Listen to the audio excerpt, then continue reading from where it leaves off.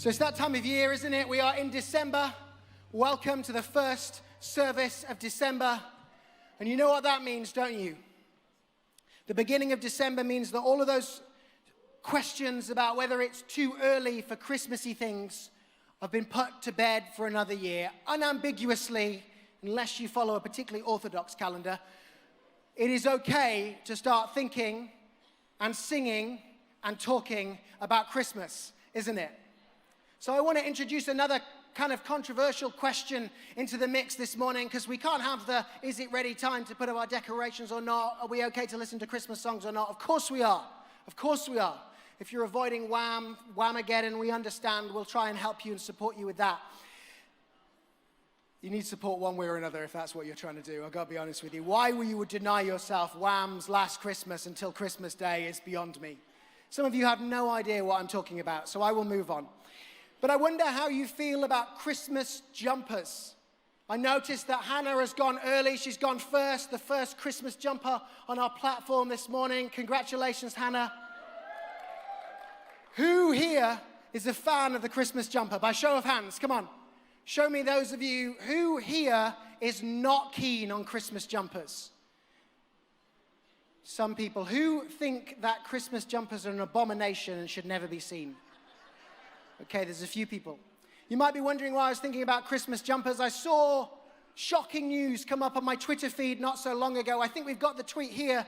John Lee, a part of our congregation for many a year, has never owned a Christmas jumper before the Christmas jumper that he is wearing here. And he decided this is John Lee is actually modeling here for the Break charity, a great local charity. They are doing Christmas jumpers that have been designed by their young people. And as the CEO of the YMCA, John is partnering with that great charity Break, and he is supporting them by modeling. And I understand, I don't know if John can confirm this or not, that he waived his usual modeling fee for the purposes of this.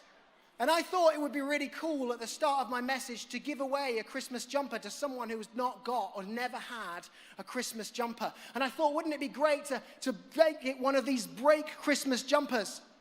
But unfortunately, you can only order them online. You can't get them in the shops. And that was a degree of planning that I had not anticipated.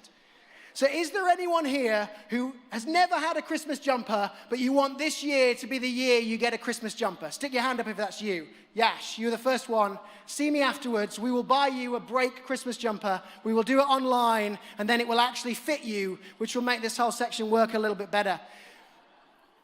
But I had an interesting experience of Christmas jumpers. I don't know if you know, but there is a Christmas jumper day. Who's aware of Christmas jumper day? I can see you in Ipswich if you're not raising your hands, by the way. So there's a Christmas jumper day, and how it works is that you pay some money to charity to wear a Christmas jumper to work or school or university or whatever. And I thought this was a great idea. What a wonderful idea. Spread a bit of Christmas cheer. But what I realized is that there are some professions where you can't do Christmas jumper day. You might be aware that I'm a psychiatrist. I mention it very occasionally. If you're with us for the first time, these people have hardly ever heard me mention it. There's a very high-pitched laugh there. We'll find out who that was later. But I thought it would be a good idea to go to work at Christmas jumper day, but I very quickly discovered that nobody wants to be sharing about the emotional difficulties they're going through with someone who is wearing a comedic reindeer on their jumper, regardless of how much money they have given to charity for the privilege. And one of my colleagues, I've worked for most of the last 10 years in a secure unit. So these are people who often have kind of violent tendencies. They tend to be people who would otherwise be somewhere else in the criminal justice system. And one of my colleagues was sharing about when she went to work on Christmas Day dressed as an elf. And it is very difficult to properly de-escalate a very angry man when you are dressed as an elf. So we quickly discovered that there are certain professions which probably shouldn't do Christmas jumper day. But if I can be a little bit serious right at the start of our message, if we can take a turn to the more serious considerations today, I think that the kind of jarring nature of Christmas jumper day for certain professions kind of matches up with how some of us might feel about Christmas full stop. Because Christmas is this time of great joy and great celebration and all of these things. But what happens if you don't feel that joyful this Christmas? What if what you're facing in life are significant challenges? What if this has been a difficult year? What if you don't feel like putting up the Christmas lights? Because actually what you've experienced recently, what you're going through now, doesn't feel like light. It feels like darkness. On Friday, we had the funeral of Rory, Tom and Holly's son, who died suddenly, aged 4 months old. What can you say in that situation? And you don't need a psychiatrist to tell you that for that family and for all who loved Rory, this is going to be a difficult Christmas, isn't it? The grief that they experience is going to impact all this time of family and celebration and coming together. There will always be a hole for them at Christmas time. And there will be many people who will have the same experience. That actually grief comes into stark focus. And there's something about the celebrations and the coming together that makes it seem all the harder at this time of year for those who have lost loved ones. And you might not have experienced this yourself, but you won't have to go far to find someone who has. And it got me thinking about all the other things that come into sharp focus in the midst of all the celebrations of Christmas. The challenges like loneliness, which is at epidemic proportions in our society, but it seems that much sharper when you think about someone spending Christmas alone. Or we think about the strain that is placed on certain relationships, or the challenges of broken families, and the stress and strain of having to come together at Christmas or work out where people are going to spend Christmas Day. And we think about things like the financial challenge that many people experience, that are made all the more stressful, all the more difficult when there's an expectation of putting a Christmas meal on the table or presents under the tree. Perhaps you think about some of the wider problems in our society. I often have the privilege of running through our city, but I'm always struck by the contrast between people sleeping in doorways and the Christmas lights above their heads. I've spent enough Christmases on call to be conscious of those who have to spend their Christmas in hospital, or the impact that that has on people's families. This Christmas, I'm on call again, and I will be seeing people who are denied their freedom, who spend their Christmas locked up. We were at the YMCA Awards a few weeks ago, and John was talking about how the CEO of the YMCA serves Christmas dinner for their residents on Christmas Day. Maybe there are people today, and you're conscious of the wider kind of geopolitical system. I should say about John, he is such a great example of our church. I love the fact that this is someone who came as a student, got plugged into the life of our church, and is now CEO of such a significant charity, making such a profound difference in our city. I don't know if you're here in the room, John, but if not, can we give him a pat on the back? Because he's out there serving in kids' church this morning.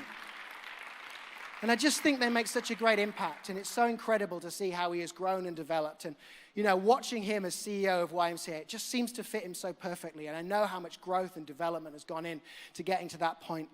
But coming back to what I was saying, maybe you're conscious of the wider kind of geopolitical situation when it comes to Christmas.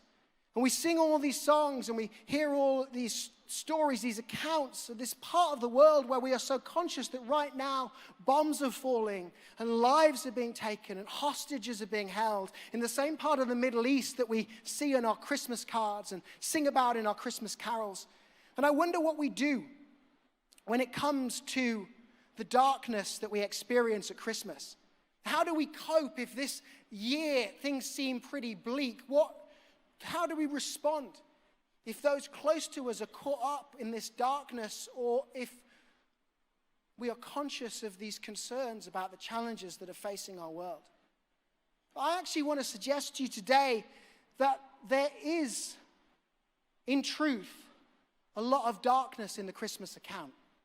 We've just become really good at ignoring it. Now, who knows why? I mean, it might be written out because of the kind of oft-lamented commercialization of Christmas, or maybe we ignore it because these emotions are hard to face. But let's pause for a minute to consider some of the darker moments of the Christmas account. We might learn what to do when faced with darkness this Christmas time. I mean, consider Mary, for example, the teenage girl who falls pregnant by the Holy Spirit. We are aware, perhaps, of the strain that this places on her relationship with Joseph, but do we think about the shame that she would have carried in her community for her whole life? Well, speaking of Joseph, we get hints at Christmas time of the turmoil that he experienced hearing of Mary's pregnancy, and we see the strain of a good man who is unsure how to live God's will in difficult circumstances.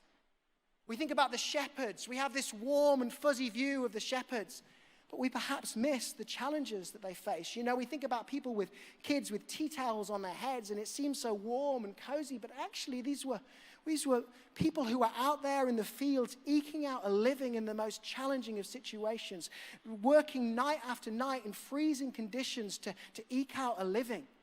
People who were considered so dirty that when they came back into the town, they weren't allowed into the synagogue. People who were kept at arm's length from the God that they followed because of their efforts to keep food on their family's table. But it is after the wise men arrive that we see perhaps the starkest example of darkness in the Christmas account. We read in Matthew 2 of how they were led by a star to come looking for a newborn king, of how they first arrived in Jerusalem and sought guidance from the ruling monarch, King Herod. We read of the disturbance this caused, but of how scholars got out their texts and after careful search found prophecies that pointed to Bethlehem as the birthplace of the Messiah. And Herod, in parting, asks the Magi to report back to him if they find the child, saying that he wishes to worship the infant himself. Let's pick it up from there, shall we? In verse 9, it says, after they had heard the king, they went on their way. And the star they had seen when it rose went ahead of them until it stopped over the place where the child was. When they saw the star, they were overjoyed. On coming to the house, they saw the child with his mother Mary, and they bowed down and worshipped him. Then they opened their treasures and presented him with gifts of gold and frankincense and myrrh. And having been warned in a dream not to go back to Herod, they returned to their country by another route.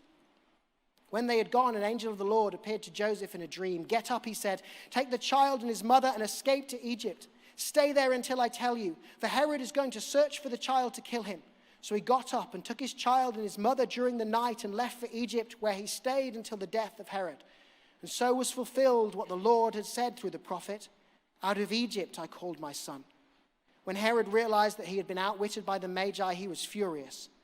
And he gave orders to kill all the boys in Bethlehem and its vicinity who were 2 years old and under, in accordance with the time he had learnt from the Magi. Then what had been said through the prophet Jeremiah was fulfilled. A voice is heard in Ramah, weeping and great mourning. Rachel weeping for her children and refusing to be comforted because they are no more. This is sometimes called the massacre of the innocents. Every child under the age 2 and under killed at the command of King Herod.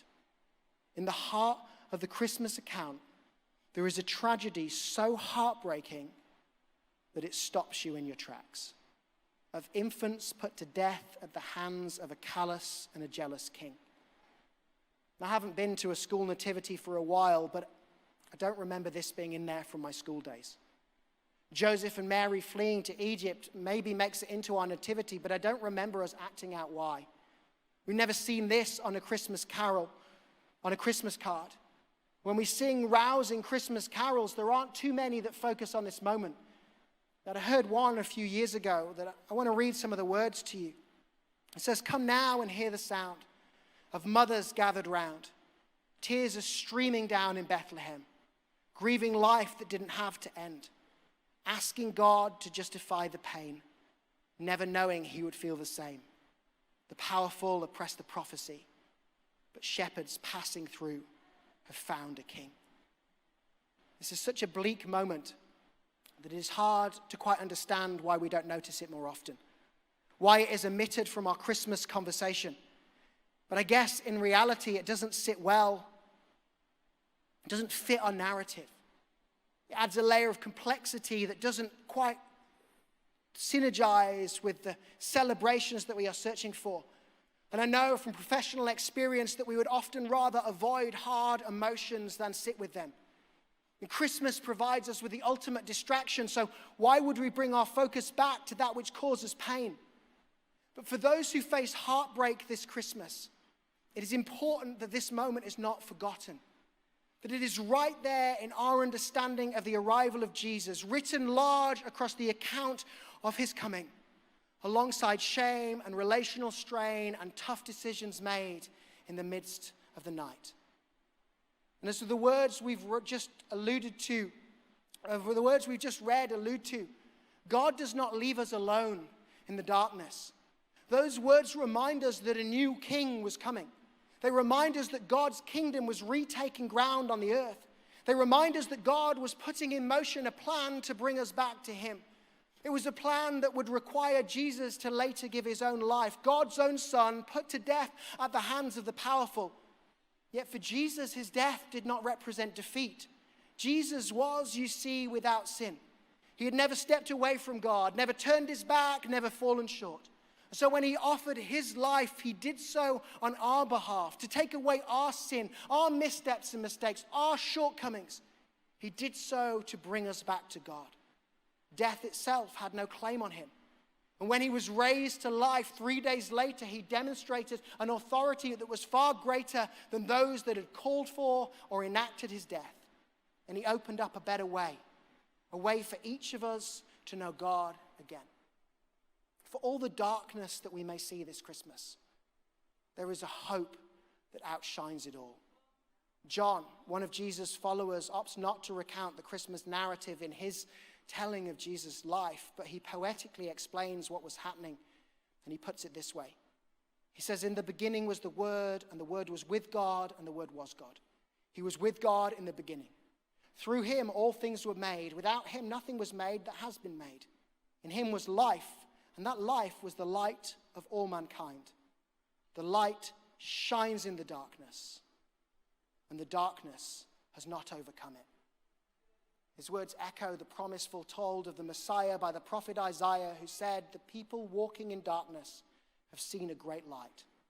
On those living in the land of deep darkness, a light had dawned." The darkness we face this Christmas is nothing compared with the light of Jesus' arrival.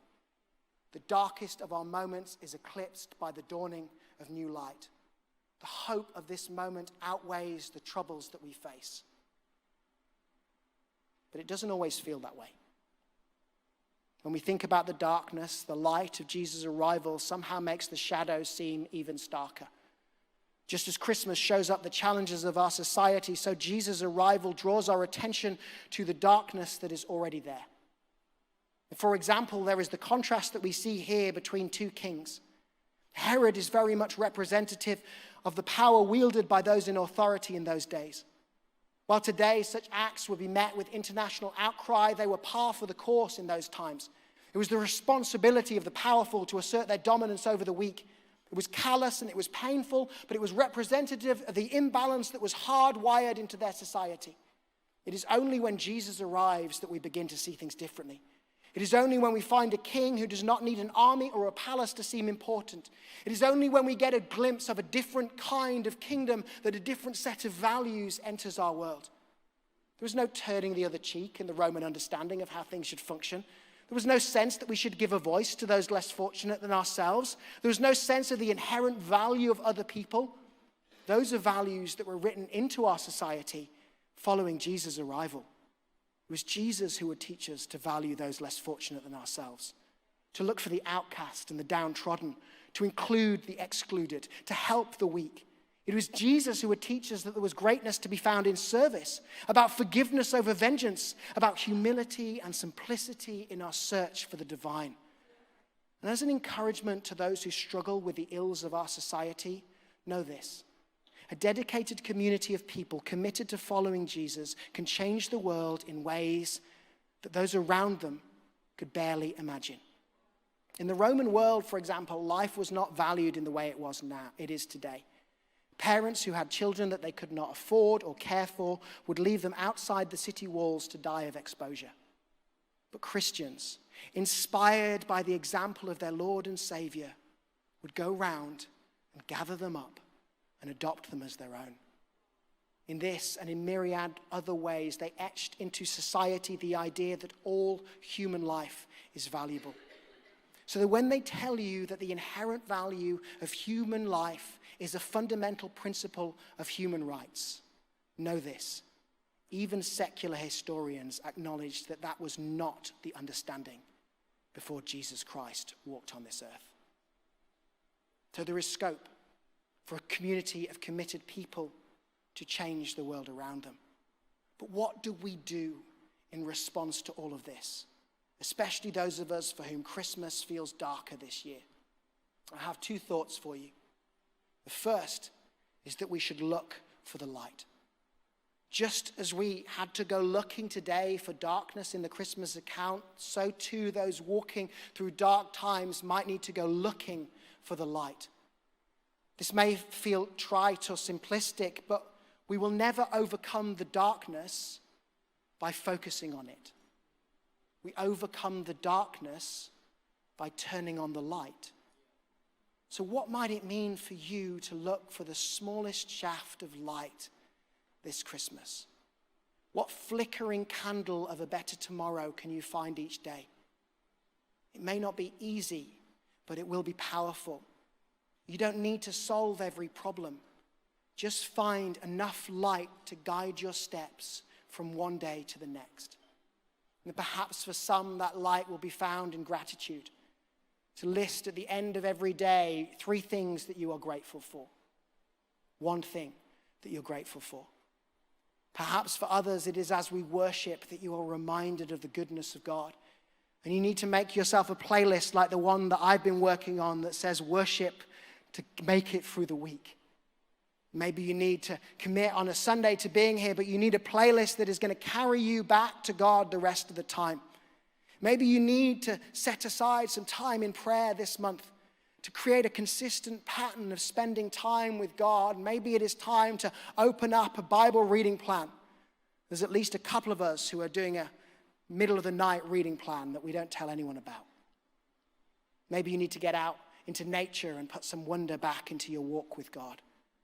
For each of us facing the challenges this Christmas or not, whether we feel like we're walking through dark times or not, can I encourage you to join me in making a commitment from now until Christmas Day, that every day I will do 1 thing each day that draws my attention back to the goodness of God.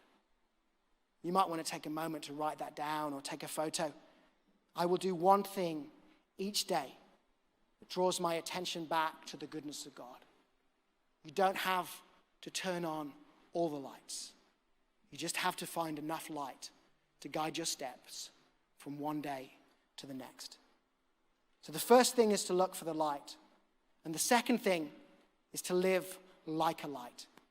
Because in Matthew 5, Jesus, the light that shines in the darkness, commits his followers to do the same. He says, "You are the light of the world. A town built on a hill cannot be hidden. Neither do people light a lamp and put it under a bowl. Instead, they put it on its stand and it gives light to everyone in the house. In the same way, let your light shine before others, that they may see your good deeds and glorify your Father in heaven." So it falls on our shoulders to bring light to our world. How can you shine a light into your world this week? Perhaps it is an act of generosity. Perhaps it is a kind word or an offer of encouragement. Perhaps it is offering to buy the coffees or to make the tea. Perhaps it's bringing a cake into your workplace. Perhaps it's putting an arm around the shoulder of someone that is struggling. Perhaps it's sharing about the hope that you yourself have found. Perhaps, maybe once or twice, it's a social media post that helps to point people to something brighter. Maybe it's inviting someone to your house for dinner. I don't know what it looks like for you necessarily, but I know there is a simplicity to Jesus' command to let our deeds be the light that illuminates our world. Maybe some of us need to think about big ideas. Maybe we have it within our strength or within our reach to challenge the status quo as boldly as those early Christians. Maybe it's okay to start with small acts of grace and goodness. Maybe somehow as a community we can manage both. Maybe it takes planning. Maybe it's spontaneous. Maybe across the month those things combine. Perhaps this week it is as simple as an invitation. We have a phenomenal opportunity over the next few weeks to invite people to some joyful celebrations of Christmas. And especially next Sunday, our Christmas variety show, we've put so much energy and effort into this being a joyful opportunity to celebrate together. We've opened it out this year to people in our community to come and share our platform. We'll have a dance group who are going to be here. We're going to have the aerial circus in town. We've got a guest band who are going to do a song for us in the evening. It is going to be rousing and powerful and spectacular. The kids are going to have a party. Santa's going to go and visit them. We can all get a photo with him after the service as well. But the reason that we've done it isn't so we can have a great time together. It is so that we can shine a light into our world. It is so the easiest thing for you to do on Monday morning, or the simplest thing to do when you suddenly remember on Friday, is to take the invitation that is on your seat and say, I would love you to join me on Sunday. I'd love you to come at 10 o'clock or at 5 o'clock. You don't have to explain what it's all about. You don't have to create the atmosphere. You don't have to do any of that stuff. You just have to invite people. But I tell you this, the people in your world aren't coming because I asked them. They've got no idea who I am. I'm just a gobby northerner who mentions being a psychiatrist too much. They don't care. They will come off the power of your invitation to join us for a celebration. And yes, there's chances to join us on the 17th and the 24th as well, but wouldn't it be cool if that was the follow-up to them joining us next Sunday? I don't know what it looks like for you. But as we think about this application of this second point, as we consider how to live like a light, can we agree on a second commitment today? Can we agree that I will do one thing each day that will bring light to my world? That every day, from this day until Christmas Day, I will consciously and intentionally do one thing that will bring light to my world. As we draw to a conclusion, I'm reminded of the last time that I tried to climb a mountain. It was actually the only time I've tried to climb a mountain. It was Ben Nevis in Scotland. Some of you will know Jonty. Jonty decided that he wanted to climb Ben Nevis for his birthday, which is in October, and I agreed that I would go with him. Now, instead of taking the kind of tourist route up Ben Nevis, he had a clever route in mind that would bring us across this arête and up to the summit of Ben Nevis. This wasn't the route that most people take when they visit Ben Nevis. This was the route for mountaineering experts, like Jonty and I. What happened was that as darkness began to fall, we were on the wrong mountain. We didn't know which way was up the mountain, which way down the mountain, and the wind was blowing so hard that it would basically keep us standing even if we didn't do anything on our own. So up there, up the mountain, Jonty was on the phone to Mountain Rescue. I was fading fast in the freezing cold. With a bit of help and guidance, we began to make our way down the side of the mountain. And as we did so, my wife was calling me to check if I was okay, and I was studiously ignoring the call until I could answer yes. But by the time we got about halfway down the mountain, it was pitch black. Pitch black. We didn't know which way we were going, and we turned on our torches and we could see a little bit, enough to kind of guide our footsteps, but not enough to know which way was home. And then in the darkness, we saw two torches moving towards us as the mountain rescue people began to draw near. I have never felt before that day the sense of hope rise within me that I felt when I saw those torches coming. Suddenly there was a strength within me. Suddenly there was a renewed energy in my steps. Suddenly there was a prospect of finding safety and security. Suddenly there was a prospect of going home. That was all inspired by two little lights in the darkness. Would you take your phone out for me? would you turn on the torch? Would you begin to shine your light with me? If one light can spark that much hope, what happens when a whole community of people commits to shine? We may not solve every ill. We may not answer every injustice. Sometimes there are no answers to the questions that we may ask. But we can choose not to let the darkness win. We can choose to look for whatever light we can find. And we can choose to live like a light for the people in our world. I have two aspirations for this message today. Firstly, that those who are facing darkness this year would know that you are not forgotten and you are not alone. And secondly, that we would each choose to bring a little light into our world this Christmas. So can we commit together to do two things each day, every day from now until Christmas Day? That I will do one thing each day that draws my attention back to the goodness of God. And I will do one thing each day that brings light to my world. That as we think about how we approach this next month together, let's not try to deny the darkness, but let's look for and live like the light. Thank you.